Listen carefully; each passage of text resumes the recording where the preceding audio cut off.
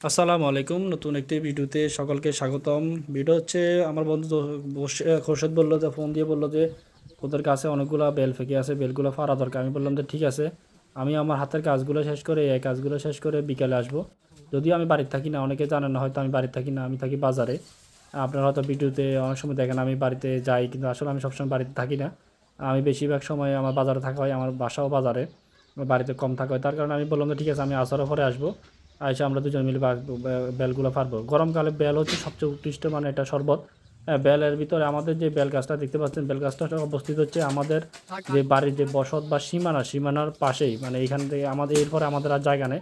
Bell গাছটা হচ্ছে ঠিক সীমানার একদম সীমানা বরাবর, যেখানে বেল গাছটা হচ্ছে আমার যে গরু ঘর ফার্ম, আমরা অনেক সময় ভিডিও দেখেন তার পিছনে। এই জন্য চিন্তা করলাম যে বেলগুলো ফাড়া দরকার, যেহেতু এই পাশে বাড়িটা আরেকজন, আমরা অনেক সময় বেল বাতাসে টাতাসে পড়লে অনেক সময় আমরা পাই না। কারণ এখনকার মানুষে আগের মতো না যে একটা জিনিস পড়ে আছে আপনাকে ডাক দিয়ে নিয়ে যায়। আবার সবচেয়ে বড় সমস্যা হচ্ছে আমাদের বাড়িতে কেউ থাকে না, আমার আব্বা আর আম্মা ছাড়া আমরা কেউই থাকি না। এই জন্য আসলে এইগুলো আমরা সবসময় পাই না। এই জন্য চিন্তা করলাম যে কাঁচা পাকা যা আছে সবগুলো ফেলে ফেলবো। কিন্তু ওটার পরে অনেকগুলো লাড়া চারা দিলেও কিন্তু গাছ থেকে পড়ে না। বেল গাছ এত শক্ত, এত জোরে নাড়া দেওয়ার পরে একটা একটা বেলও পড়তেছি না। পরে আমি বাঁশ দিলাম, বাঁশ দিয়ে কয়েকটা পারলাম, দেখলাম কতগুলা কাঁচা কতগুলা ফাঁকা।